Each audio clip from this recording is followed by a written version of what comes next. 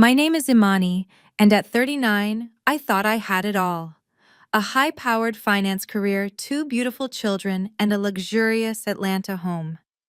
I even bought that home for my parents to live in after they lost theirs. But while I was at work, they moved my children's belongings into the cold, damp basement. Why? To make room for their golden grandson. When I found my kids crying, my mother told me, "It's my house, Imani. Be grateful." I just smiled. She had no idea that her house was legally mine and the eviction process was about to begin. Before I continue, let me know in the comments if you've ever had to choose between your parents and your children. Hit like and subscribe because the fallout was biblical. The click of the deadbolt echoed in the grand foyer. It was 9 p.m. I had just closed a 12-hour day analyzing market futures, and all I wanted was to kiss my kids goodnight. The house was silent. Too silent. Usually, I'd be greeted by the sounds of Zoe and Marcus bickering over a video game or laughing at a cartoon. Tonight, nothing. Just the hum of the oversized refrigerator. A knot tightened in my stomach. I called out, "Zoe, Marcus, Mommy's home." Only silence answered. Then I heard it. A faint muffled sound. A whimper. It wasn't coming from their bedrooms upstairs. It was coming from below me. From the basement. My blood ran cold. I dropped my leather briefcase on the marble floor and ran. I yanked open the heavy basement door and practically fell down the carpeted stairs. The sight that greeted me punched the air straight from my lungs. My children Zoe, my bright 10-year-old, and Marcus, my sweet 8-year-old, were huddled together on a bare mattress. It was one of the spare guest mattresses just thrown onto the cold tiled floor. All around them, like wreckage, were their belongings. Their suitcases, their toy chests, Marcus's bin of Legos, Zoe's art supplies, all stacked against the damp concrete wall. The basement wasn't finished. It was where we kept holiday decorations and the old water heater. It was cold, and the air was thick with the smell of mildew and dust. Zoe looked up, her face streaked with tears, her nose red. "Mommy," she whispered, as if she was afraid to speak. "Grandma Lorraine. She told us we have to move down here." I rushed over, pulling them both into my arms. They were freezing. "What do you mean, baby?" "What happened?"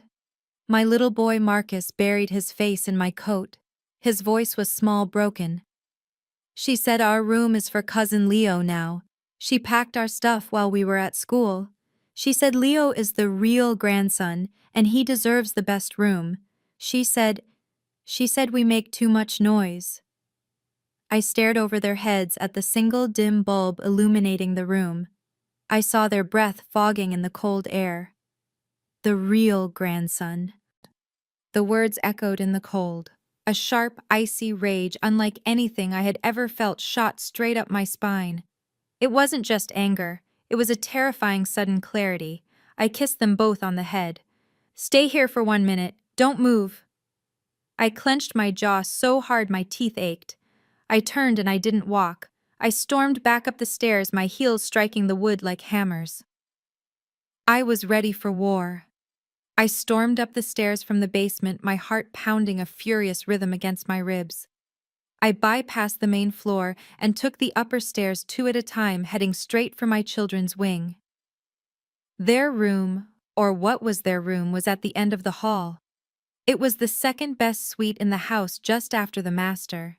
It had its own private bathroom and a large bay window that overlooked the rose garden. I saw it before I even reached the door. The door was wide open and the room was unrecognizable. All of Zoe's artwork had been torn from the walls. Marcus's star-patterned curtains were gone. Their twin beds were gone. In their place was a brand-new king-sized bed with an expensive-looking comforter. Basketball pennants were tacked crudely to the walls. A massive 80-inch television, one we did not own this morning, was mounted on the wall opposite the bed. A new gaming console was already hooked up, its wires snaking across the floor. And there in the middle of the new bed was my 9-year-old nephew Leo. He was jumping up and down, shoes on, laughing wildly. My mother Lorraine was there. She was 63 with a face that had grown permanently stern from years of perceived slights. She was humming her back to me, meticulously unfolding a new set of high thread count sheets. "Mom." She didn't turn around. "Oh, you're home," she said, her voice breezy. She snapped a pillowcase in the air. "I'm just getting things rearranged. Your sister Alicia and Chad are on their way. They're going to be staying with us for a while, and little Leo needs a proper quiet space." My voice was shaking. I could barely get the words out. "A quiet space, and you decided the best way to do that was to kick my 8 and 10-year-old children into the basement." I gestured wildly down the hall. "You didn't even call me. You didn't think to ask me." That made her stop. She spun around, her face twisting into a mask of indignation. "What tone is that you're using with me, Amani? I am your mother. I don't need permission to rearrange things in my own house." She spat the words. "My own house. Your kids can stay anywhere. They're young, they'll be fine. Stop being so selfish. Honestly, you're 39 years old. When are you going to finally learn how to act right and respect your elders?" My house. The words hit me like a physical slap, knocking the wind out of me. The shaking in my voice, the hot tears of anger threatening to spill it all, vanished, replaced by a sudden chilling ice. My house. I remembered being 18 years old. I was the only black kid in my advanced placement program to receive a full-ride academic scholarship to a prestigious finance program. I ran home clutching the acceptance letter, thinking this was the moment, thinking I had finally made her proud. My mother was on the porch talking to our neighbor. I held out the letter. She barely glanced at it. She just waved her hand dismissively and said, "She just got lucky. All that affirmative action, you know." Then she looked at me. "Now you have to learn how to make real money to take care of this family, not just chase silly dreams with your books." I stood there on the porch, my great achievement reduced to nothing in an instant. And now, 21 years later, standing in the 6-bedroom, 5,000-square-foot luxury home that I had paid for in cash, nothing had changed. The shock in my system evaporated. The trembling in my hands stopped. I felt my face settle into a calm, cold mask. My breathing became deep and even. She mistook my silence for submission. She huffed, satisfied. "Good. Now that that's settled, go tell your kids to keep it down. Leo needs to rest before his parents get here." I looked at her, really looked at her. I looked at the entitled child jumping on the bed. I thought about my own children freezing in the mildewed basement. I took one long, slow breath. And I smiled. My mother Lorraine crossed her arms, a smug look settling on her face. She was waiting for the usual Imani response. She was waiting for me to cry, to beg, to plead, to list all the reasons my children deserved to stay in their own room. She was waiting for the fight she knew she would win. In the corner of the doorway, my father Joe, 64, and a lifetime of enabling my mother, did what he always did. He found a spot on the wall to stare at, avoiding my gaze, wishing himself invisible. His silence was his agreement. I looked away from my father's cowardice and focused back on my mother. She was still waiting. So I gave her a response, but it wasn't the one she expected. I let a slow, cold smile spread across my face. It didn't reach my eyes. "You're right, Mom," I said. My voice was suddenly calm, clear, and devoid of all emotion. "You are absolutely right. Leo deserves the best room." Lorraine's eyebrows shot up in genuine surprise. She hadn't anticipated this. Her victory was too easy. After a second, her surprise melted into pure, gloating triumph. She thought she had broken me. "Well," she said, puffing herself up, "it's about time you saw things clearly." I didn't say another word. I turned my back on her, on my father's silence, and on the desecrated room. I walked out into the hallway and went straight back down the stairs to the cold, dark basement. My children were exactly where I had left them, huddled on the bare mattress. Zoe was trying to be brave for her little brother, but fresh tears were streaming down her face. Marcus was just shivering, his small hands tucked into his armpits for warmth. I heard my mother's footsteps following me down.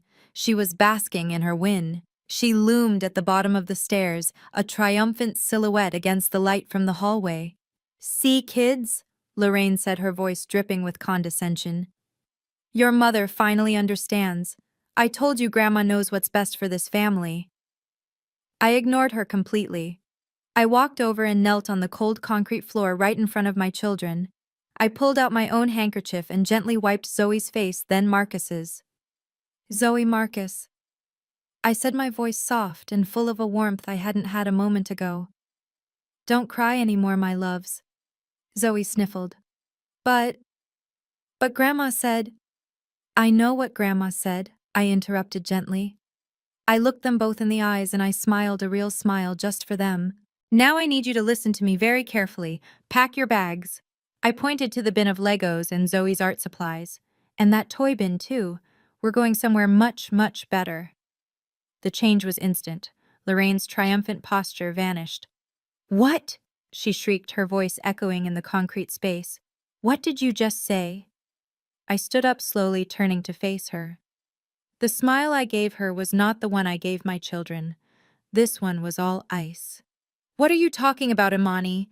She sputtered, her face turning red. You're leaving. You're going to pack up and leave over this. Over a silly room. Your sister is about to walk through that door. You're going to embarrass me in front of Alicia. I took a step toward her. She instinctively took a step back. Oh, I'm not going anywhere, Mom. I said, my voice barely above a whisper, but it cut through the cold air. Not tonight anyway. I let the silence hang for a second, watching the confusion and panic fight for space in her eyes.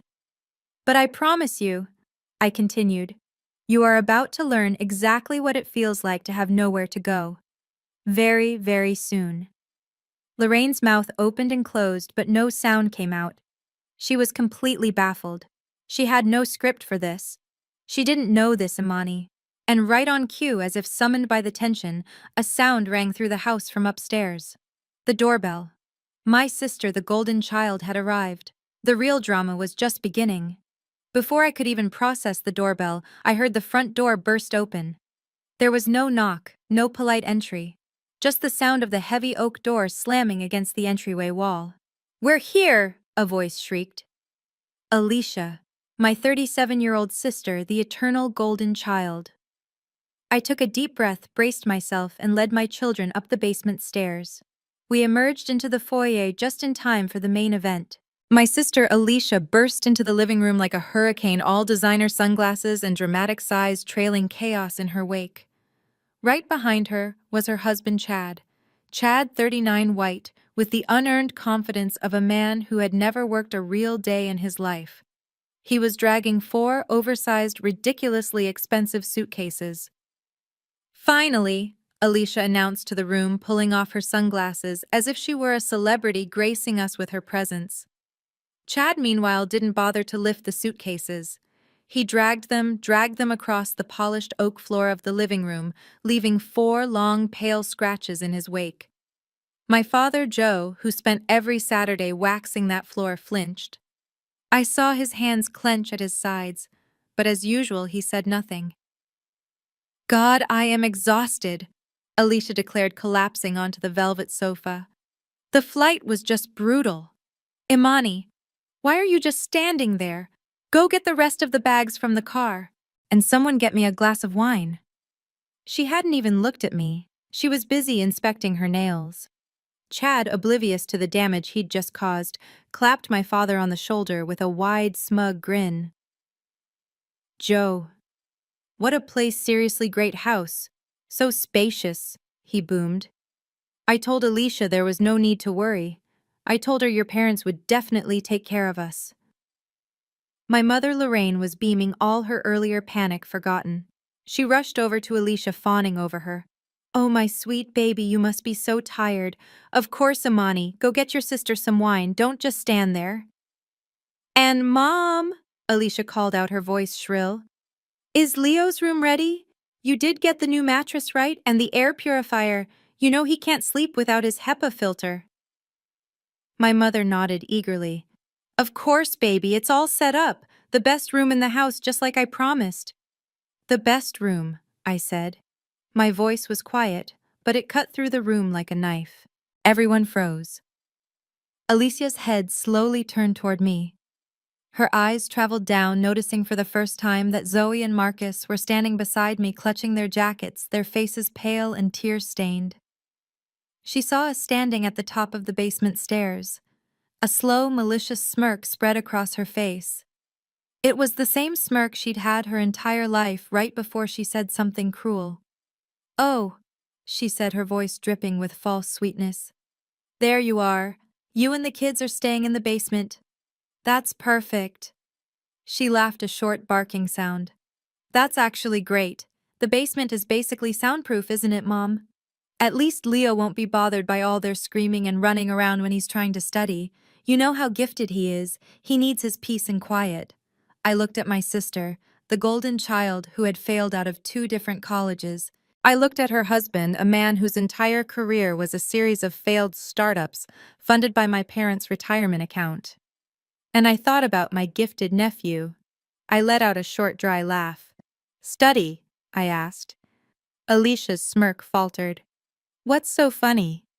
"I don't know, Alicia," I said, walking slowly into the living room, my children staying close behind me. "I just find it interesting that Leo suddenly needs so much quiet to study, because the last I heard he wasn't doing much studying.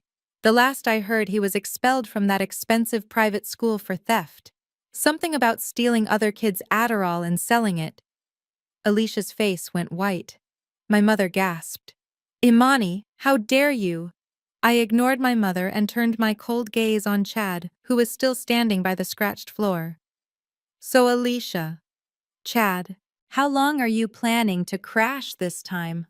Or is staying with us for a while?" The new term for indefinitely. "Tell me, Chad, what happened. Did that revolutionary crypto startup of yours finally go bust again? Or was it the NFT marketplace for artisanal dog sweaters this time? I lose track." The air in the room was so thick I could barely breathe. The battle lines were drawn. And I had just fired the first shot. The heavy silence in the living room stretched for a beat. My words hung in the air, sharp and poisonous. Chad and Alicia exchanged a look, a rapid, panicked flicker. Chad's smug frat boy grin dissolved into a tight, angry line. He was the first to recover, letting out a short, forced laugh that sounded more like a bark. "Wow, sister-in-law," he said, trying to regain his footing. "That's a little sensitive, don't you think?" He picked an imaginary piece of lint off his designer polo shirt. "It's not busted. It's called a transition phase. The market is just correcting. We just need a place to stand our ground for a few months. That's all." Alicia, seeing her husband flailing, immediately switched to her most effective tactic, playing the victim. She ran to my mother, burying her face in Lorraine's shoulder in a way that would have been pathetic if it wasn't so practiced. "Mommy," she wailed, her voice instantly thick with fake tears. "Are you going to let her talk to us like that? Look at her, Mom. She's being so mean." She pointed a finger at me, her face a mask of childish betrayal. "We're family, Imani. We're struggling. And you're just so rich working at your big fancy finance company. Why are you counting pennies with your own sister? You have this huge house all to yourself and your kids. The least you can do is share." My mother Lorraine reacted as if I had physically struck Alicia. Her head snapped toward me, her eyes blazing with a protective fury she had never once shown for me.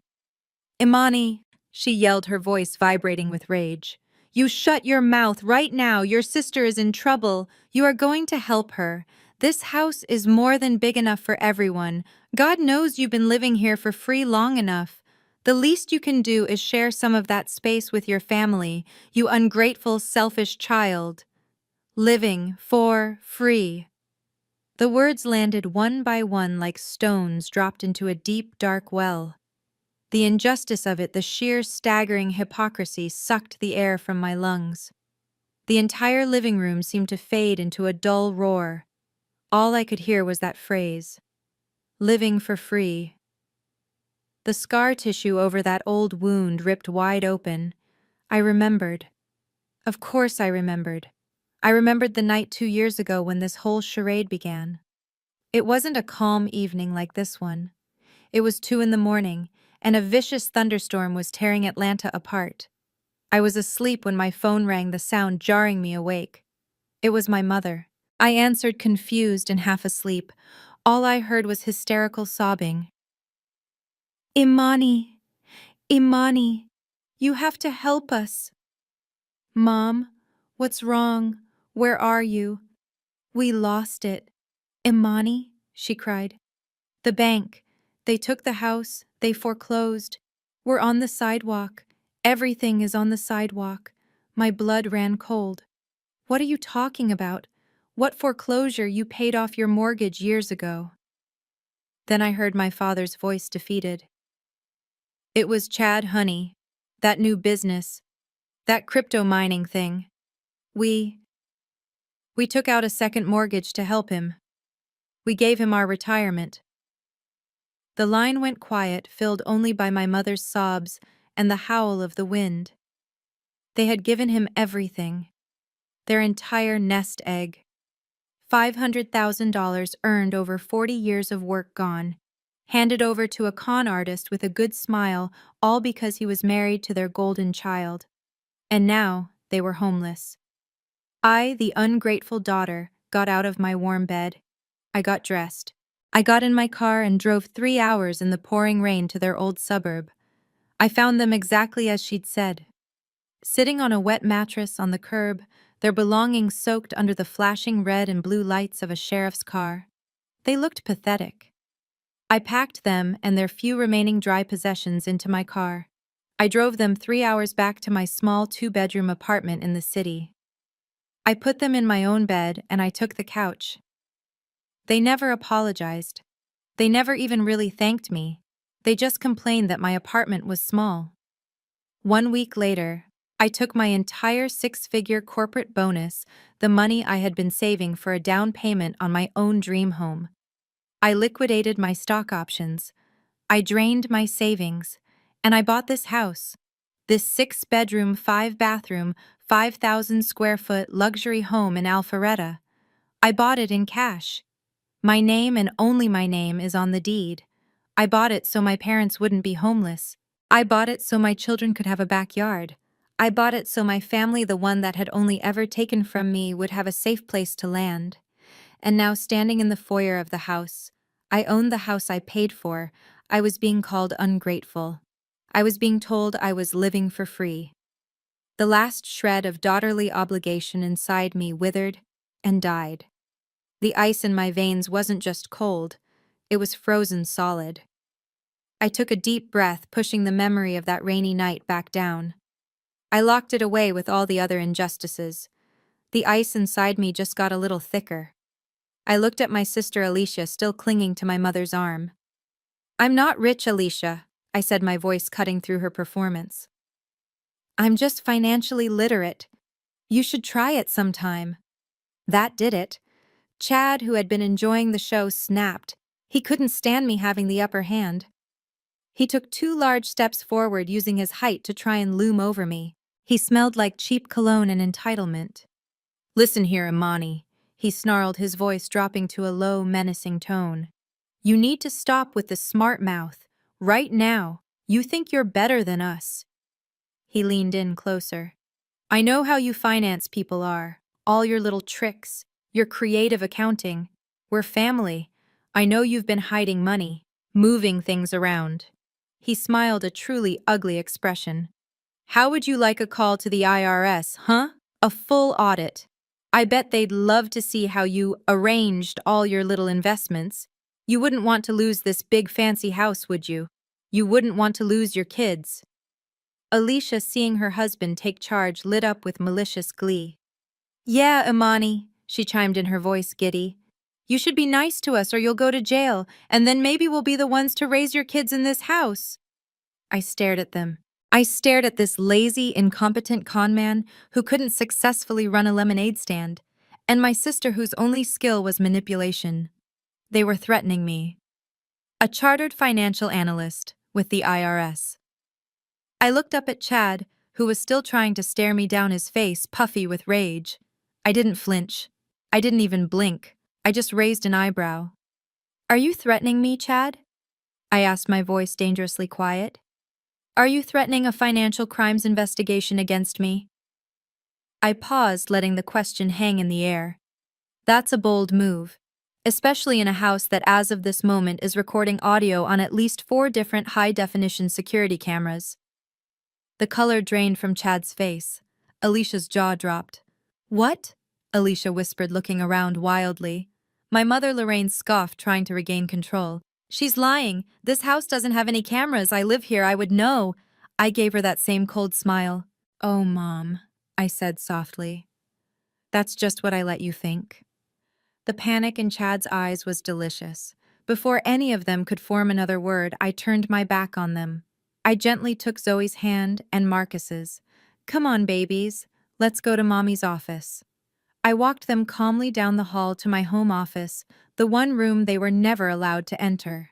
I opened the door, ushered my children inside, and then I shut the solid wood door behind us. I turned the deadbolt. The lock clicking into place was the loudest sound in the world. Outside, the shouting began. Alicia was screaming my name. Chad was cursing, banging his fist on the door. My mother was yelling, Imani, you open this door, you open it right now. I ignored it all. I sat down in my leather office chair, pulled my children onto my lap, and I finally truly began to plan. Inside my office, the world was calm. I had muted the chaos. I settled my children on the soft leather sofa, plugged them both into their iPads with headphones, and put on their favorite movie. They were scared, but they were safe. For now, that was all that mattered. I sat down in my high-backed leather chair, my fortress of solitude. My desk was organized. My monitors were dark. I was a financial analyst. I dealt in numbers, in risk, and in consequences. Outside the thick oak door, the animal kingdom was raging. The banging was frantic. Imani! You coward! You open this door! That was Chad, his voice cracking with impotent rage. Imani! Stop this! Stop being such a child! That was Alicia, her shriek hitting a painful new octave. And loudest of all, my mother. Imani Davis, you unlock this door. I am your mother. You will not disrespect me in my own house. I ignored them all. The noise was just static. I picked up my phone. My fingers were steady. I didn't call the police. Not yet. It wasn't time. I didn't call my lawyer. That was the final step, not the next one. I scrolled through my contacts and pressed a name. The phone rang once. David speaking. David, it's Imani Davis. How are you? My voice was calm, crisp. The voice I used to close multi-million-dollar deals.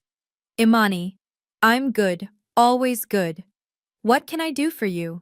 Are we ready to pull the trigger on selling that Alpharetta property? I leaned back in my chair, glancing at the locked door. The pounding was vibrating the wood. Listen, David, I said, my voice perfectly level. There's been a slight change of plans. A material development. We're not selling the Alpharetta house anymore. Oh, okay. Holding on to it.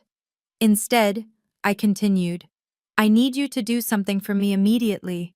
I need you to pull up a file. It should be from 2 years ago. It's a rent-to-own agreement, the one I drafted for my parents. Ah, yes, I remember that. You wanted to give them peace of mind, very generous. What about it? I need you to email me a digital copy of the fully executed contract, right now. I want the one with both Joseph and Lorraine Davis's signatures. And David. Before you send it, please highlight Section 12, subsection B, the guest and occupancy clause. There was a pause on his end. Imani, is everything all right? I looked at my children, safe under their blankets, lost in their movie. Everything is just business, David. As always, please send that email immediately. I'd appreciate it. You got it. It's on its way. I hung up the phone. The banging on the door had turned into a furious, rhythmic pounding. They were losing their minds, baffled by my silence. The threats were escalating. Imani, I'm not playing with you. My mother's voice was raw, hysterical. She had moved from rage to panic. You think you can just hide in there? You think you're in charge? Another round of pounding. Imani, Give me your credit card. I'm serious. You have to give it to me right now. I have to order that new king-sized mattress for Leo. The one your daughter Zoe had is old and it's disgusting. I am not letting my precious grandbaby sleep on that filthy thing. Her words meant to be the final crushing insult barely even registered. I just sat there, my eyes on my laptop. I watched my inbox. And then I saw it. A single beautiful ping. A new email. Subject: Alpharetta Agreement. Highlighted. A slow, cold smile spread across my face. It was time. I stood up, straightened my blazer, and walked toward the door. The battle was over. The execution was about to begin. I stood at the door. The shouting outside had stopped, replaced by a tense, expectant silence. I took one final deep breath. My hand was perfectly steady as I reached for the deadbolt. I turned the lock. The click was loud and final. I pulled the heavy oak door inward. They all stumbled forward, a wall of resentment. My mother Lorraine was in the front, her face vibrating with fury. Behind her, Alicia's eyes were narrowed to slits. Chad puffed out his chest, trying to look menacing. And my father Joe hovered in the back, his face a mask of pale cowardice. They were all there, grim-faced, demanding my surrender. My mother Lorraine surged forward, her face flushed. It's about time. Have you lost your mind, hiding in there? Now give me your credit card. I have to order that mattress for Leo before the delivery window closes. I didn't move. I stood by my desk, my children safe behind me, and looked at her. My face was calm. My voice was cold. No, Mom. I will not be paying for that mattress. Lorraine stopped dead. What? What did you just say to me? I said no. She looked at me as if I had just grown a second head. You dare to defy me in my own house after everything I've— Mom. I cut her off. My voice was not loud, but it was so sharp, so lethal, it silenced the entire room. Stop. Just stop. This is not your house, and it has never been your house. The silence that followed was absolute. Alicia's jaw dropped. Chad looked momentarily stunned. My father flinched as if I had physically struck him. My dad was the first to find his voice weak and placating as always. Imani, honey, what are you saying? You know your mother and I. This is our home. Is it? I asked, turning my gaze on him. He immediately looked away, unable to meet my eyes. What did you do, Dad? What did you both do? You lost your home. You lost the house I grew up in. You lost everything. I turned back to my mother, whose face was now pale with a new dawning horror. You lost your house. You were foreclosed on. And I, your selfish, ungrateful daughter. I bought this one. I let the words hang in the air. I bought this 6-bedroom, 5,000 square foot house with my money. My bonus. The money I earned. And for 2 years I have let you live in it for $0. Zero. Not one single rent check. Not one utility bill. I let you live here for free. Do you remember? I asked, my voice deadly quiet, the rent-to-own contract I had you sign 2 years ago. The memory was so clear it felt like yesterday. It wasn't a triumphant day. It had been a deeply humiliating one. I remembered driving to the miserable gray apartment complex they had been forced to rent after the foreclosure. The entire place smelled of stale cigarettes and boiled cabbage.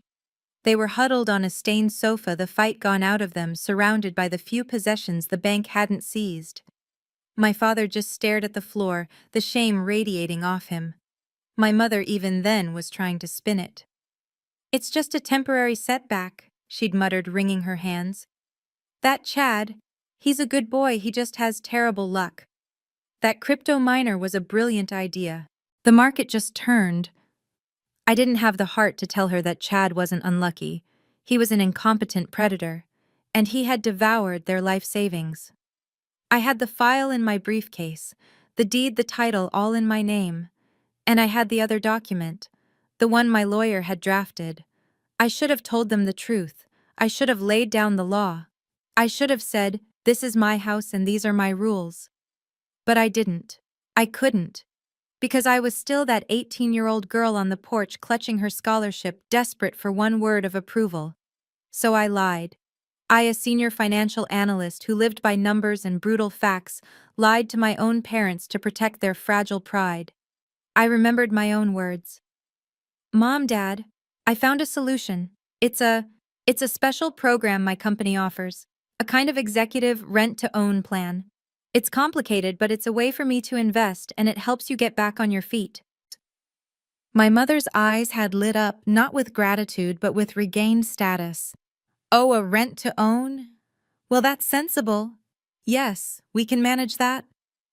My father just nodded, relieved he didn't have to face the truth. "That's good, Amani. That's real good of you." I'd pushed the document across the table. "It's just a formality for my company's records. A lease agreement, basically. It just states that you're the residents. It's for tax purposes. Just, just sign here and here." And they did, without reading a single word. They signed their names on the signature lines right below the clearly printed words, "Tenant Joseph Davis" and "Tenant Lorraine Davis." I had done it to be kind. I had done it to spare their feelings. I had been a fool. I had been so stupid, so desperate for their love, that I had enabled their delusion. I had given them the power to believe they were still in charge. And now, 2 years later, that kindness was being thrown back in my face. It was the reason my children were shivering in a basement. I looked back at my mother, who was still sputtering.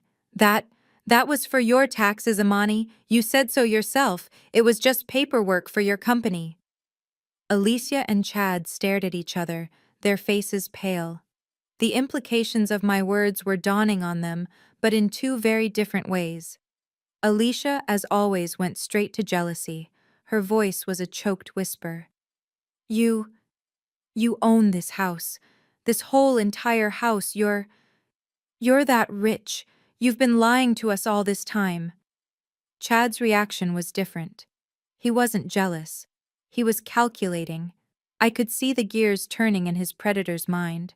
His eyes darted around the expensive living room, reassessing. He wasn't just a guest anymore. He was on someone else's property. Wait, he said, holding up a hand. "It's in your name, just yours, not tied to your parents' assets at all." I ignored them both and kept my eyes locked on my mother. She was still clinging to the lie I had told her 2 years ago, the lie I had constructed to protect her pride. "No, Mom," I said, my voice flat and devoid of any emotion. "It wasn't for my taxes. It wasn't a special program.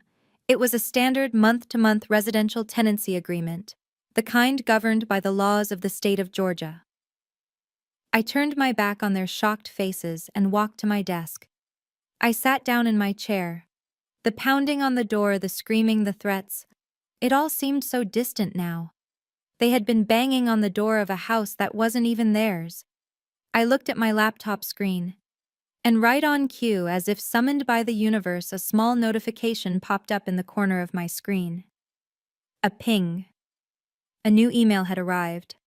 The subject line read, "Alpharetta Agreement," highlighted. I smiled. "Thank you, David," I whispered to myself. I clicked the email. I opened the PDF attachment. And there it was, in beautiful, undeniable black and white. My lawyer had done an excellent job. I spun the large 32-inch monitor on my desk around so it faced the doorway where my entire stunned family was still standing. The PDF file was displayed in full screen mode.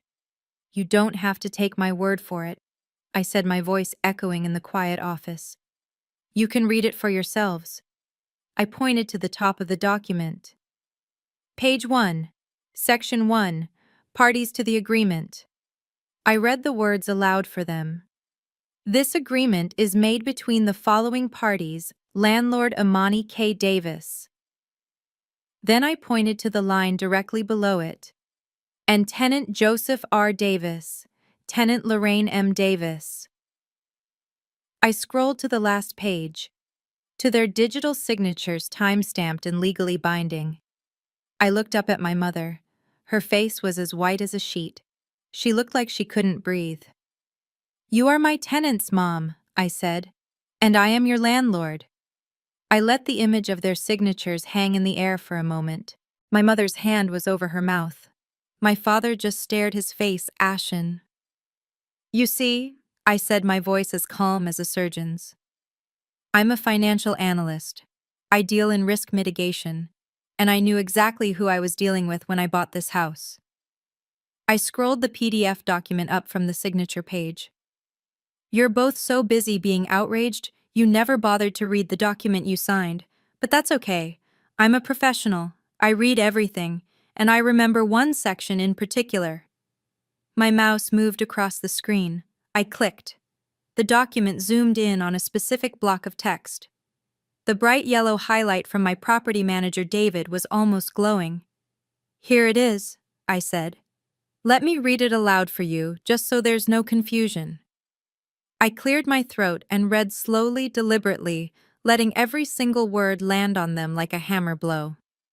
Section 12, subsection B, entitled Guest and Occupancy Clause. I paused. Chad's eyes were now glued to the screen. He knew what a contract clause was.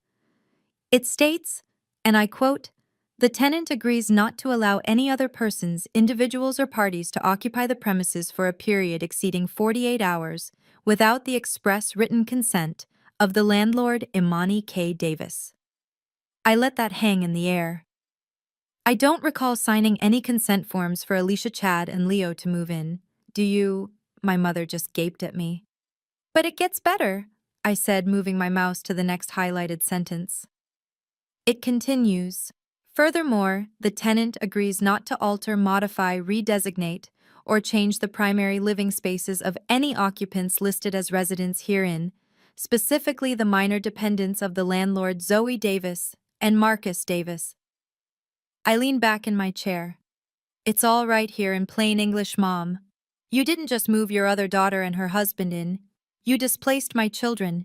You kicked them out of their designated legally protected rooms." I looked up from the screen, my eyes sweeping over their terrified faces one by one. "Which means," I said, my voice dropping to an icy whisper, "as of approximately 9 o'clock this morning, when you moved my children's beds to the basement, you, Mom, and you, Dad, are in serious material and incurable breach of this contract." The silence in the office was absolute. It was so quiet I could hear the faint hum of the computer's cooling fan. I could hear my son Marcus, oblivious, whisper something to his sister about their game. Outside my office in the hallway, the world had stopped. My mother's face had gone from white to a sickly mottled gray. Her mouth was open, but no sound was coming out. She looked like a fish suffocating on air. My father Joe just leaned back against the doorframe, his hand over his heart, and he looked old. He looked utterly, completely defeated. But Alicia and Chad, their reactions were different. Alicia, the golden child, was the first to find her voice, and it was vibrating with pure, unadulterated envy. You, she stammered, pointing a shaking finger at me. "You did lie. You lied to all of us. You let us think you were just like us. You bought this entire house. You're that rich. You've been hiding this all this time." Her voice was a shriek. She wasn't angry about the contract. She was angry that I had a power she didn't know about. She was angry that the sister she had always looked down on was in fact the one holding all the cards. But Chad was different. His face wasn't angry. It wasn't jealous. It was calculating. His eyes, which had been wide with shock, suddenly narrowed. He was looking at me, but not at me. He was looking at an asset, a problem, a financial puzzle. "Wait a minute," he said, his voice low and assessing. "Hold on. This house, it's in her name, just hers." He looked at my parents. "It's not tied to your assets. It wasn't part of any inheritance or family trust. It's 100% solely her personal property." He looked back at me, a strange, hungry light in his eyes. He wasn't seeing a sister-in-law. He was seeing a mark, and he was trying to figure out the angle. As we all stood there frozen in the tableau of our new reality, a new sound cut through the heavy silence. The doorbell. It rang loud and insistent, echoing through the grand foyer. It was so out of place, so normal, it felt like a gunshot. Alicia flinched. My father looked relieved for the interruption. My mother and Chad were still processing the words, breach of contract. They were paralyzed. I, however, was not. I took a breath. "Excuse me," I said, my voice crisp. I walked out of my office, brushing past my mother's shoulder as if she were a piece of furniture I was avoiding. I left them all standing in the hallway staring at the glowing monitor and walked to the front door. My children, Zoe and Marcus, hearing the bell, had crept out of the office and were peeking from the hallway, their small faces pale with confusion. I opened the heavy oak door. 2 men in bright red company polos were standing on my porch. Behind them on a dolly was a massive king-sized mattress wrapped in thick plastic. The lead delivery man, holding a clipboard, smiled. "Good evening, ma'am. We have a delivery for a Mrs. Lorraine Davis." "I am Lorraine Davis." My mother's voice suddenly shrieked from behind me. She pushed past me, shoving me aside to stand in the doorway, desperately trying to reclaim her authority. "That's my mattress, bring it in." The delivery man looked from her to me, confused by the tension. He checked his clipboard. "Okay, ma'am. This is a COD order. 1 Royal Legacy king-size mattress. The total with delivery and taxes comes to $3,274. $3,000. $3,000 for her precious grandbaby, while my own children were supposed to sleep on a musty cot in a concrete room. The audacity of it, the sheer blazing entitlement, was breathtaking. Lorraine, still completely disconnected from her new reality, didn't even blink. She was still the queen of this castle. She didn't have her purse, she didn't have a credit card, she just pointed a sharp, demanding finger at me. "Imani!" She barked, her voice high and imperious. "Pay the man!" She didn't ask, she commanded. She was still playing the role of the matriarch, and I was still the disobedient child. She genuinely believed that after everything I had just revealed, I would simply fall back in line, that her will was law. This was the moment, the pivot. The entire family was watching from the hallway. Alicia, Chad, my father, my children. And this delivery man, this stranger, was the first member of the public to witness the new world order. I smiled. It was a small, polite, professional smile. I stepped forward past my mother, standing directly in the doorway, blocking the entrance. I looked at the delivery man, my voice filled with the kind of pleasant, helpful tone I used with corporate clients. "Excuse me, sir," I said, my voice ringing with clarity. "I'm so sorry, but there has been a major misunderstanding here." The delivery man's smile faltered. "A misunderstanding, ma'am?" "Yes," I said, nodding. I gestured politely toward my mother, who was staring at me with a look of pure venomous confusion. "This woman, Mrs. Davis, is not the homeowner. She has no authority to order anything to this address." "Imani," my mother hissed, her voice low and dangerous. "What are you doing? Stop this nonsense." I continued to look at the delivery man, my expression one of calm, professional concern.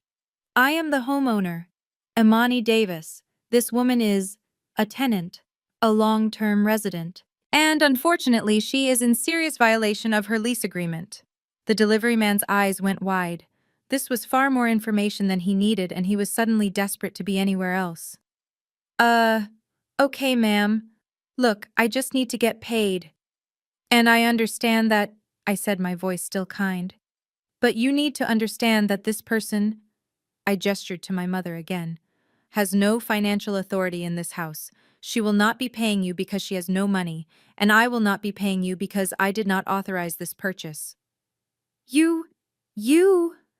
My mother sputtered, her face turning a shade of deep, blotchy red. She was realizing what I was doing.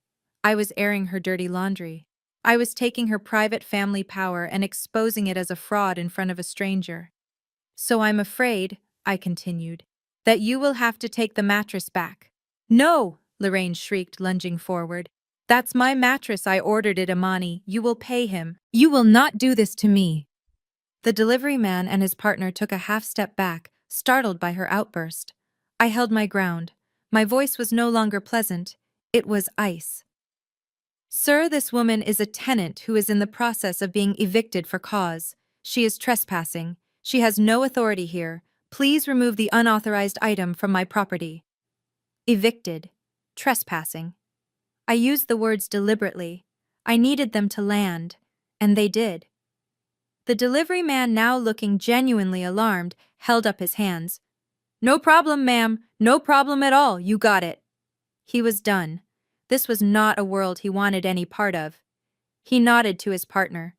All right, pull it back. No payment, no delivery. Let's go. No, my mother screamed. She actually tried to grab the mattress as they began to roll it back toward the truck. You can't. That's for my grandson, Imani. The two men, professional to the end, expertly maneuvered the massive mattress off the porch, down the steps, and back onto the truck's hydraulic lift. My mother stood in the open doorway, her entire body shaking, her hands clenched into fists at her sides. She was speechless, watching her power, her authority, her $3,200 $200 symbol of status being loaded onto a truck and driven away. The delivery man gave me one last hurried nod. Have a good night, ma'am. He practically jogged back to the truck, slammed the door, and they drove off. The night was suddenly quiet again. The only sound was the distant rumble of the truck's engine fading down the street. I stood in the silence for a long moment. Then I calmly closed the front door. The click of the lock echoed in the foyer. I turned around. My father had shrunk back into the shadows of the hallway. Alicia and Chad were just staring, their faces a mixture of horror and disbelief. My mother, Lorraine, was still standing by the door. Her back was to me. She was trembling. I watched her waiting. She turned around very slowly. Her face was no longer red. It was a pale, terrifying white. Her eyes were not just angry. They were filled with a humiliation so profound, so absolute, it looked like hatred. When she spoke, it was not a yell. It was a low, guttural, animalistic sound. How dare you? And then the explosion. Imani! She screamed, her voice breaking. How dare you? How dare you humiliate me in my own home in front of strangers? You made me look like nothing, like trash. She was sobbing now, but they were tears of pure, unadulterated rage. I didn't raise my voice. I didn't have to. I just looked at her, my face as cold and still as a frozen lake. I did. I asked, my voice flat.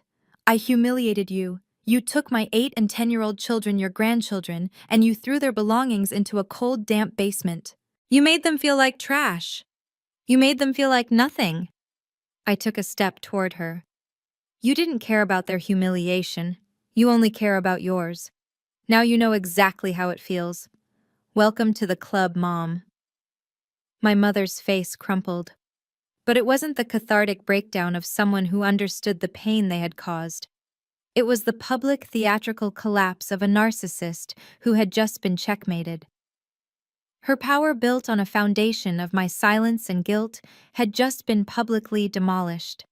I had humiliated her. I had taken away her status. And in our world, in the affluent, tight-knit African-American community of Alpharetta, public perception wasn't just important. It was everything. She knew she had lost control of the situation inside this house. The contract was undeniable. The deed was mine. She couldn't bully me. She couldn't command me. So, defeated on this battlefield, she immediately escalated the war to a new one. She reached for her ultimate weapon, the community. Her body was still shaking with rage, but her hands, as they reached for her iPhone, were perfectly steady. She scrolled through her contacts, her thumb jabbing at the screen. She knew exactly who to call. She didn't call the police. She called someone far more powerful. She called Aunt Clara. Aunt Clara. The 70-year-old matriarch of the First Baptist Church. The community's unofficial historian and chief information officer. The woman whose opinion could make or break a family's reputation before Sunday service was even over. My mother pressed the phone to her ear. And in an instant, her entire demeanor shifted. The rabid rage vanished, replaced by the most convincing performance of her life. Her voice when she spoke was a broken, trembling, tear-soaked whisper. "Clara," she choked out. "Oh, Clara! It's me! It's Lorraine! Oh God, Clara, I'm so scared! I don't know what to do." Alicia and Chad, who had been watching in stunned silence, instantly understood. This was a play they knew. Alicia's eyes lit up. Chad's tense shoulders relaxed. He leaned against the wall with a smirk ready to watch. My mother sank down onto the bottom stair, a perfect portrait of a broken victim. It's Imani," she sobbed into the phone. She's throwing us out. She's throwing her father and me out onto the street right now. Yes, just because Alicia and the baby came to stay. She said we can't be here." My father Joe just watched, his face pale. He opened his mouth as if to protest the lie, then closed it, turning his eyes to the floor. His silence was his co-signature. Lorraine was just getting started. This was her masterpiece.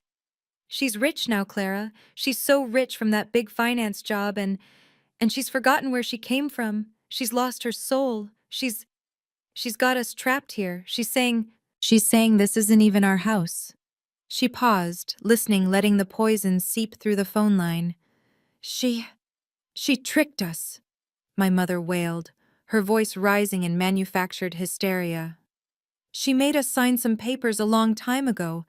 We're old, Clara. We didn't know what we were signing. We can't read all that legal print. We trusted her. We trusted our own daughter, and she tricked us out of our home. She's accusing Joe and me of being squatters." It was brilliant, a masterpiece of manipulation. She wasn't just a mother in a dispute. She was a victim of elder abuse. She was a victim of a rich, educated child preying on her simple, God-fearing parents. She had perfectly framed the narrative for maximum community outrage. Yes, Alicia and Chad are here. They have nowhere else to go, and she wants to put them on the street too, with a baby. Oh, Clara, please. Can you please call Pastor John? Can you tell him he has to talk to her? He has to make her see the sin she is committing. Please, I'm so scared. I'm so scared of what she'll do to us." She hung up the phone. The sobbing stopped instantly. The transformation was chilling. She looked up at me, her eyes dry cold and utterly triumphant. She had just unleashed the nuclear option. She had just sicked the entire moral authority of our community on me.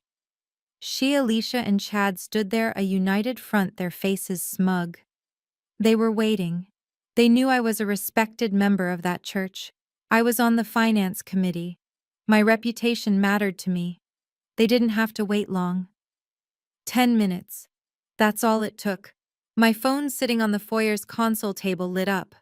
The caller ID read, "Aunt Clara." I ignored it. It immediately rang again. "Aunt Clara." I ignored it. A new call came in. "Deacon Harris." I ignored it. A text message flashed. "From my cousin Imani, what is going on?" "Aunt Clara is saying you're kicking Uncle Joe and Aunt Lorraine out." I ignored it. Then the final call. The one I knew I couldn't ignore. The one they were all waiting for. The caller ID read, "Pastor John." I looked at my mother. Her smile was one of pure, venomous victory. "You gonna answer that, Imani?" she whispered. "Or are you going to disrespect your pastor too?" I picked up the phone. I took a deep breath, and I pressed the speakerphone button. "Imani Davis speaking," I said. "Sister Imani."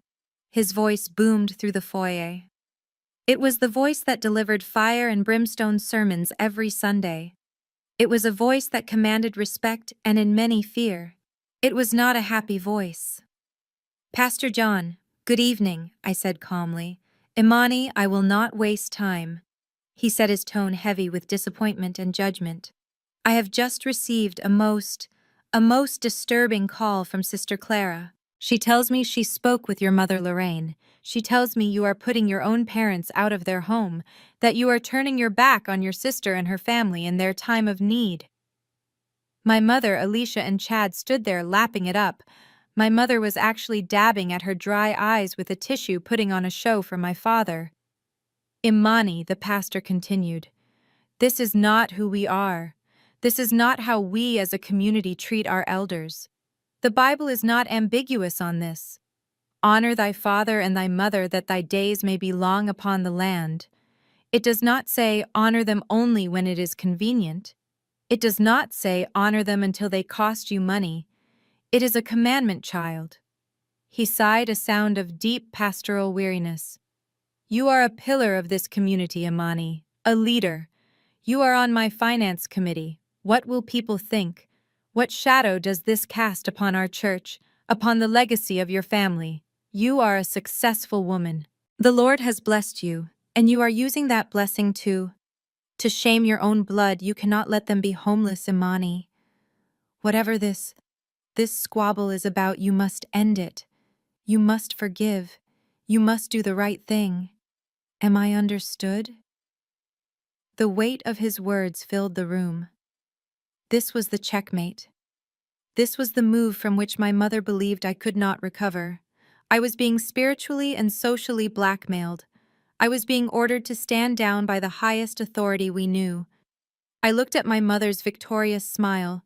I looked at Alicia's smug smirk. I looked at Chad, who looked bored, already counting the money he would soon be getting. And I spoke. My voice was as calm and clear as a winter morning. Good evening, Pastor John. Thank you for your call. I respect you, and I respect the Word of God, and I agree the Bible is very clear. The smiles on their faces faltered.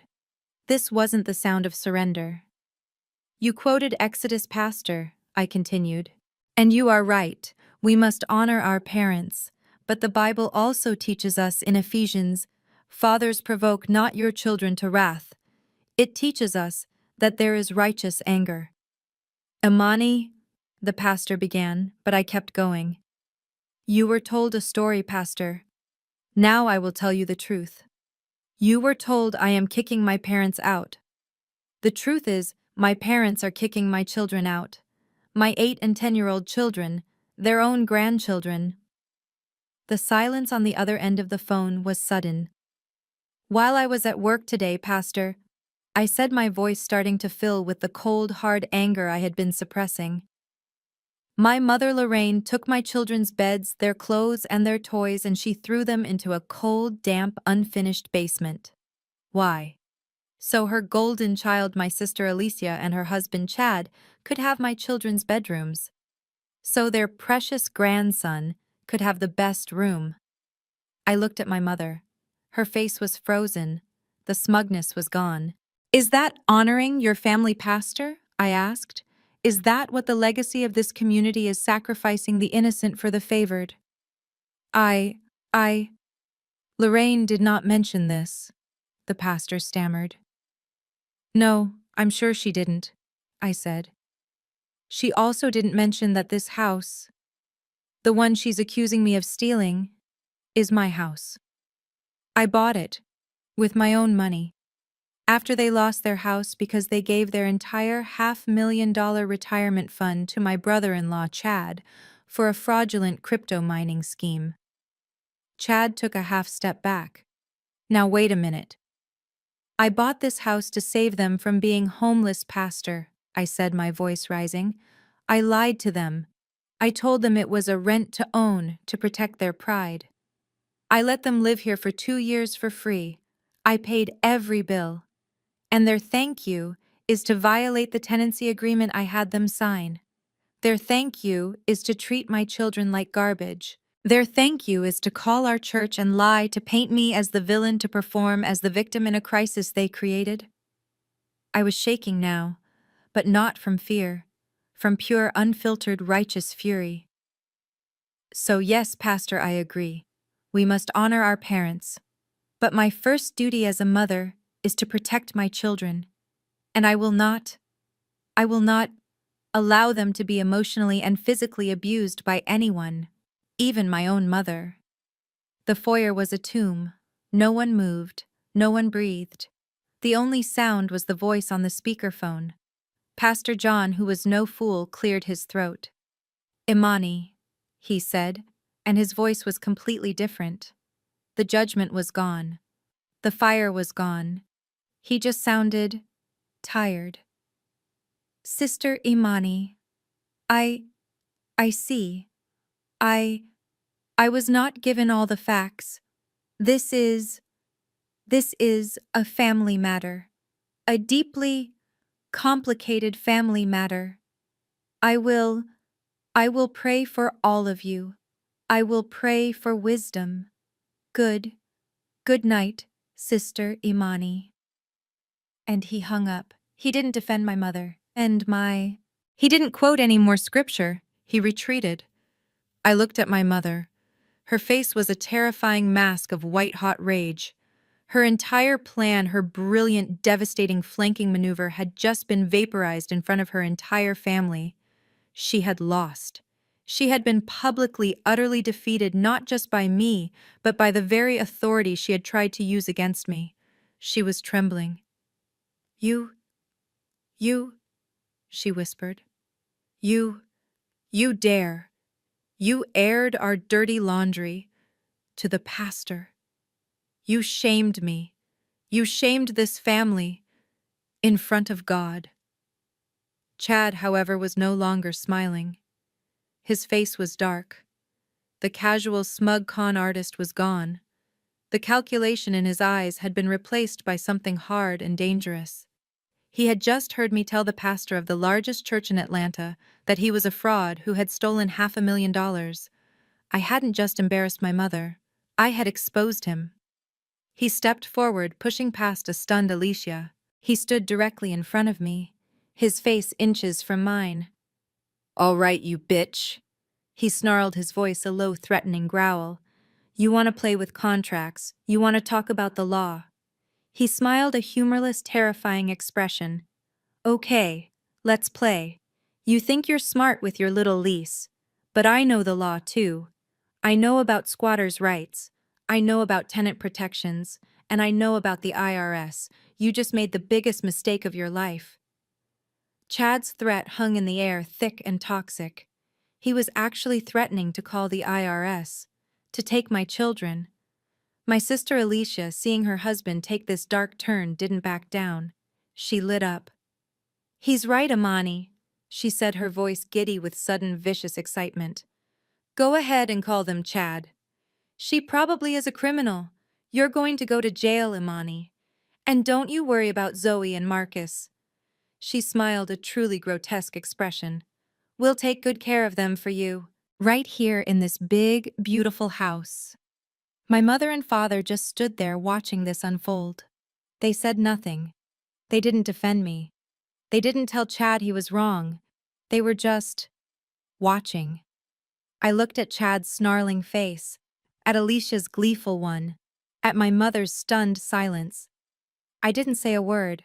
I turned my back on all of them. I walked out of my office, past my children who were watching from the doorway, their eyes wide with fear. I walked into the center of the grand living room. "What's wrong, Imani?" Chad taunted from behind me. "Finally scared. Finally realizing you messed with the wrong people." I stopped in front of the massive 80-inch smart television mounted on the wall, the same one my mother had bought for Leo's room. Oh wait, no, this was the one I had bought. I picked up the remote. I pressed the power button. The screen flickered to life. I swiped on my phone, connecting it to the television's screen mirroring function. My phone's home screen appeared on the giant TV. "You're threatening me with tax fraud, Chad?" I asked, my voice echoing slightly in the large room. Is this the fraud you were talking about?" My thumb moved to a file, an audio file. "You remember when I mentioned the cameras, Chad?" I asked, turning to look at him. "The ones my mother swore didn't exist," I lied. "I let her believe they weren't real, but I installed them 2 years ago, right after your last visit. The one where my good cashmere coat and $2,000 in cash disappeared from my office." Chad's face went rigid. "This one," I said, "is from the hidden camera in my office. The one with the audio recording. I believe this is your voice. From last week, wasn't it?" I pressed play. A recording crystal clear filled the room. It was Chad's voice, but not the loud, boisterous one he used with us. This was a low, conspiratorial whisper. Audio file. Chad's voice. Look, I don't care how you do it, I just need you to clean it. It's another $250,000. Yeah. In a separate retirement annuity my idiot father-in-law forgot he had. I just need to move it. Audio file. Strange man's voice. $250K is a lot to make disappear, Mr. Miller. It's risky. What about your sister-in-law, the one in finance? Won't she spot a transfer that big? Audio file. Chad's voice. She's the reason I'm calling you. She'll spot it if it's a simple transfer. That's what I'm paying you for. You have to make it look like a legitimate bad investment, a fund that went bust, something legal. Can you do that or not? I pressed pause. The color had drained from Chad's face. He was white. Alicia looked like she was going to throw up. That was your call from last week, Chad. I said, my voice dangerously calm. To your financial advisor in the Cayman Islands. You weren't just here to crash. You were here to steal the last $250,000 my parents had to their names. The money I had found and secured for them after you stole the first $500,000. My father made a small choking sound. The annuity, my railroad pension. I wasn't finished. But that's just business, right, Chad? This next one, this one is personal. I swiped on my phone. The audio file disappeared, replaced by a video file. I pressed play. The screen lit up with a video of the living room. This living room. The timestamp in the corner read 10:30 a.m. This morning, while I was at work. The video showed Alicia and Chad. They were drinking mimosas on my sofa. Video Alicia. Did you talk to her? Is she doing it? Video Chad. Of course.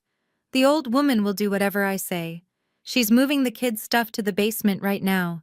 She's all fired up about Leo being the real grandson. Pathetic. Video Alicia. Good. God, I am so sick of Imani and her two perfect little brats. It's time they learned their place. My children Zoe and Marcus were standing in the hallway. They heard it.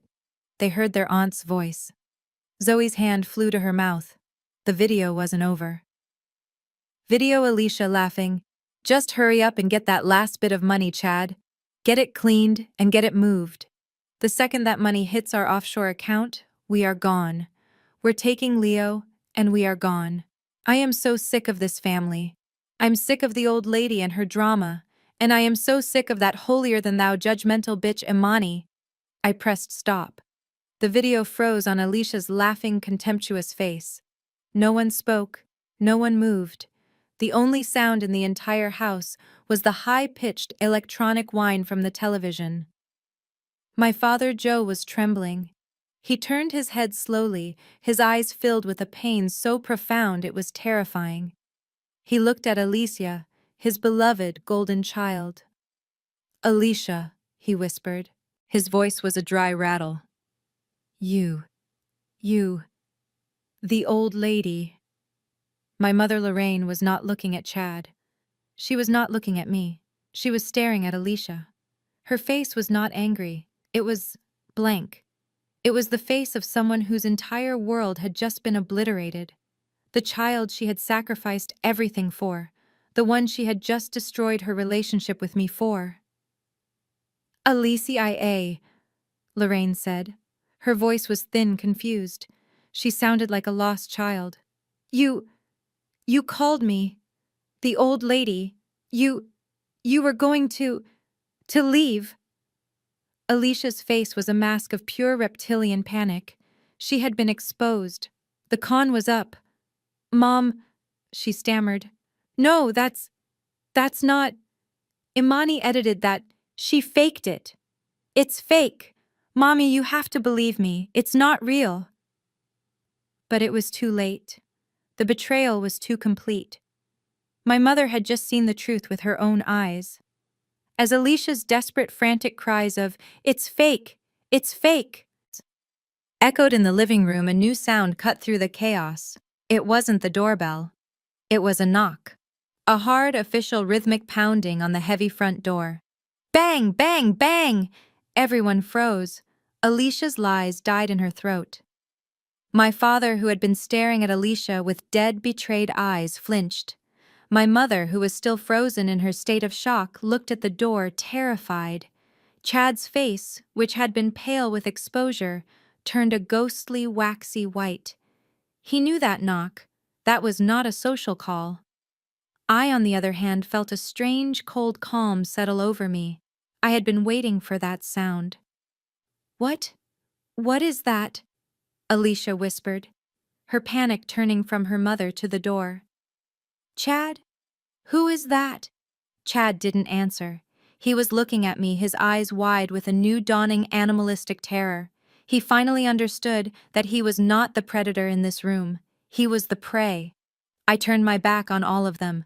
I walked calmly, my footsteps echoing on the hardwood floor, past the long scratches Chad had made with his suitcases.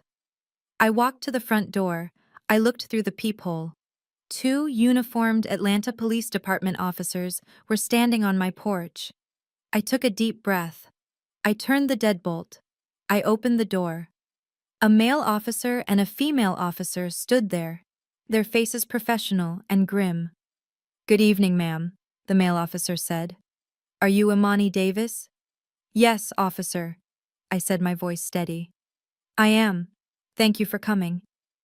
We received a 911 call from this address approximately 1 hour ago. The female officer said, her hand resting on her belt. The call was regarding a domestic threat. Is everything all right here, Ms. Davis? My mother. Alicia and Chad were all crowded in the hallway behind me, staring. Yes, officer, I said.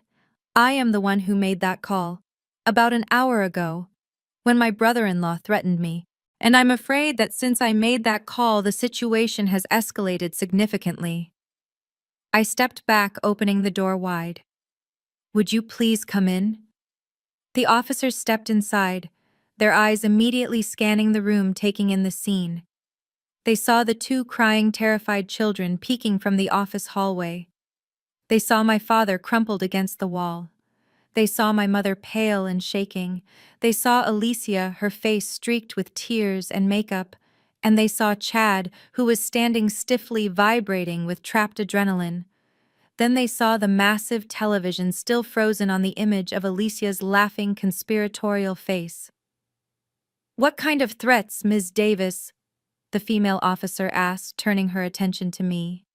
This man, I said, pointing directly at Chad.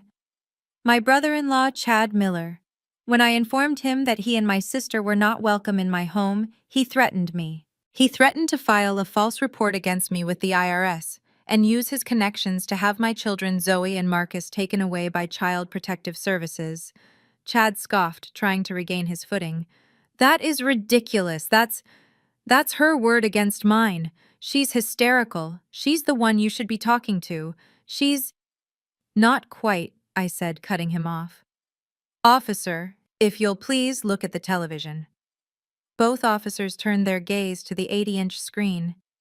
That, I said, is a video from a hidden security camera in this room recorded this morning. It shows my sister and Mr. Miller discussing their plan to move and displace my children, and as Mr. Miller puts it, get that last bit of money and be gone. I looked at the male officer, and I also have Mr. Miller on a separate audio recording from a hidden camera in my office, detailing a plan to commit wire fraud by stealing the last $250,000 of my parents' retirement fund. The audio is crystal clear. He refers to my father as my idiot father-in-law and discusses how to clean the money so I wouldn't spot the transfer. The male officer's entire demeanor changed. The polite procedural concern was gone. He looked at Chad with hard professional eyes. Sir, is that you on that audio recording? Chad panicked. That's illegal. You can't record me. She can't. That's inadmissible in court. The female officer stepped toward him, her voice firm. Sir Georgia is a one-party consent state for audio recording, and since Ms. Davis was part of the original conversation you threatened her in, she has every right. But frankly, admissibility is for a judge to decide. What I have right now is a credible 911 call reporting a threat of extortion. I have a homeowner telling me you are trespassing, and I have what appears to be a confession to a conspiracy to commit felony financial fraud, not just against your sister-in-law, but against your elderly in-laws. She nodded to her partner. Let's detain him. We can sort the rest out at the precinct. The male officer stepped forward. Mr. Miller, I need you to place your hands behind your back. Chad finally truly lost it. Get your hands off me. You can't do this. This is a family matter, Alicia. Tell them, it's all a lie. But Alicia was frozen, staring at the handcuffs as they came out. Sir, do not resist, the officer commanded. Chad tried to pull his arm away, and in an instant the officer had him spun around his arm, twisted behind his back, forcing him against the wall. The sound of the metal handcuffs clicking shut, that sharp, definitive snick-snick, was the loudest, most satisfying sound I had ever heard in my life. That sound finally broke Alicia. No! She screamed, a raw animal sound of pure panic. She lunged forward, clawing at the officer's arm. No! You can't take him! He didn't do anything! It was her! Imani lied. She faked the video. She's the one you should be arresting. She's the criminal. The female officer grabbed Alicia, pulling her back. Ma'am, you need to calm down right now, or you will be joining your husband charged with obstruction of justice. Do you understand me? Alicia collapsed onto the floor. Her fight gone dissolving into a pathetic wailing heap. As the male officer began to read Chad his Miranda rights, "You have the right to remain silent," and started walking the cursing, sputtering con man toward the door, my mother Lorraine finally unfroze. Her entire world was gone. Her golden child was a traitor. Her protector Chad was a criminal. She had nothing left. She stumbled toward me, her face a mask of raw, desperate last-ditch pleading. Imani, please, she sobbed, grabbing my arm. The same arm she had never once held in comfort when I was a child. Please don't do this. He's family. You can't. Please, baby, I'm sorry. I'm sorry about the room. Tell them to stop. Tell them it was all just a misunderstanding. She was clinging to me, her nails digging into my skin. Please, Imani, I'm begging you. I looked down at her hand on my arm. I felt nothing. No pity, no anger, just a vast, cold emptiness. I looked up and met her eyes. A misunderstanding. I asked, my voice as cold and dead as the basement floor. Her face faltered. When you threw my children, your grandchildren, into that cold, dark basement, was that a misunderstanding? She pulled her hand back, but I kept going. When you called Pastor John, when you lied to him, when you tried to destroy my reputation and turn the entire community against me to get your way, was that a misunderstanding? She had no answer. She just stared at me. Her mouth open, her tears suddenly stopping. No, Mom, I said. It wasn't. It was a choice. You made your choice. And these, I said, gesturing to the scene of her ruin, are the consequences. As if summoned by my words, a third man who had been standing quietly behind the police officers stepped forward. He was not in uniform. He was in a rumpled suit, holding a clipboard and a thick envelope. Excuse me, he said, his voice loud and bureaucratic. Is there a Joseph Davis and a Lorraine Davis on the premises? My father, who was still slumped against the wall, looked up, confused. My mother turned. I am Lorraine Davis. What is it now? The man stepped forward, all business. My name is Marcus Jensen. I am a certified civil process server for the Fulton County Marshal's Department. Mr. Davis. Mrs. Davis, you are hereby served. He handed the thick envelope to my mother. She took it, her hands shaking. Served what? What is this? I don't understand. The man, Mr. Jensen, looked at his clipboard. This, he said, his voice devoid of all emotion, is a notice to quit. It is an immediate lawful eviction notice.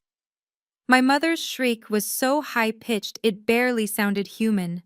No, no! This is my house! You can't, Imani! The process server just continued reading from his sheet, his voice cutting through her screams. This notice is served on behalf of the legal and sole property owner, Ms. Imani Davis. You are ordered to vacate the premises immediately. This is not a 30-day notice. This is a notice for an incurable breach of your lease. He looked at the paper. Let's see. Specifically, Gago, for violating Section 12B, permitting unauthorized long-term occupants, and, yes, willingly and knowingly allowing criminal activity, specifically conspiracy to commit financial fraud, to be planned and executed on the premises. That's a severe violation. My father Joe finally completely broke. He made a sound like a deflating balloon and just crumpled. He slid down the wall and sat heavily on the floor, his head in his hands rocking back and forth. Lorraine just stood there, the white envelope in her hand, her mouth open in a silent scream. The process server looked at her, his face impassive. Ma'am, the Atlanta police officers are here to ensure that you gather your essential personal belongings, such as medications and identification, and vacate the premises immediately. You will be permitted to return with a police escort in exactly 24 hours to retrieve the rest of your belongings. After that, they will be considered abandoned property. He tipped his head to me. Ms. Davis, have a good night. The golden child was on the floor, weeping. The con man was in handcuffs being led to a police car. The enabler was broken on the floor. And the matriarch was finally utterly silenced. I turned my back on all of it. I walked away from the wreckage of the family that had never loved me. I walked over to the office doorway where Zoe and Marcus were huddled, their eyes wide. I knelt down. My little boy Marcus was half asleep on his feet, exhausted. I smiled a real smile just for them. I picked Marcus up, settling his weight on my hip. I took Zoe's small, warm hand in mine. "Come on, babies," I whispered, kissing them both. "Let's go home." It's been 3 weeks. The house is quiet. It's clean. The heavy, oppressive furniture my mother insisted on is gone, donated. The basketball pennants are gone.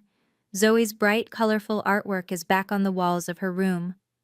Marcus's star-patterned curtains are hanging in his window again. We are in the kitchen. The afternoon sun is streaming in. Zoe is laughing, a streak of flour across her nose. Marcus is meticulously placing chocolate chips onto a sheet of cookie dough. The smell of baking sugar and vanilla fills the air. My name is Imani, and for 39 years I tried to buy love from the family I was born into. I thought if I was just more successful, if I earned more money, if I took on more of their burdens and solved more of their problems. I thought that one day my mother would finally look at me and say the 4 words I always wanted to hear: "I am proud of you." The day she threw my children into that cold basement, I finally truly understood. That day was never going to come. And I'm okay with that. Chad is facing multiple serious fraud charges. The audio and video evidence I provided, combined with the IRS investigation I triggered, means he will likely be in prison for a very long time. Alicia, with her bank accounts frozen as part of the investigation, and not a penny to her name, had to take Leo and beg Aunt Clara for a place to stay. The community that my mother tried to weaponize against me is now watching her golden child live on church charity. My father calls me every day. He leaves these long, rambling, tearful voicemails. They are full of regret. They are full of excuses. I haven't answered the phone. I don't know if I ever will. And my mother, she actually tried to sue me. She filed a civil claim arguing that she had equity interest in my house because she had acted as a house sitter for 2 years. The judge looked at the lease agreement and her signed admission of violating it. He dismissed the case in less than 5 minutes. It turns out when you treat a gift as an entitlement, you eventually lose both. I learned that you cannot choose the family you are born into, but you have every right and every responsibility to protect the family you create. Have you ever had to set an iron boundary with your own family, a point of no return? Let me know your story in the comments below. Zoe laughs, a bright, beautiful, carefree sound. She throws her flowery arms around my neck and I hug her back. Marcus, not wanting to be left out, burrows in, wrapping his sticky, chocolatey hands around us both. I hold them tight, breathing in the smell of sugar and safety. For the first time, this house, my house, finally feels like home. This story teaches us that true family is defined by respect and protection, not just by blood. For years, Imani tried to buy the love of a family that was determined to undervalue her. She learned that her self-worth was never tied to their validation. The day she stopped seeking their approval and started protecting her children was the day she truly claimed her power. Sometimes the strongest boundary is not an act of cruelty, but a necessary act of self-preservation. You cannot choose the family you are born into, but you must protect the family you create. Have you ever been forced to set an ironclad boundary with your own family to protect your peace? Share your story in the comments below.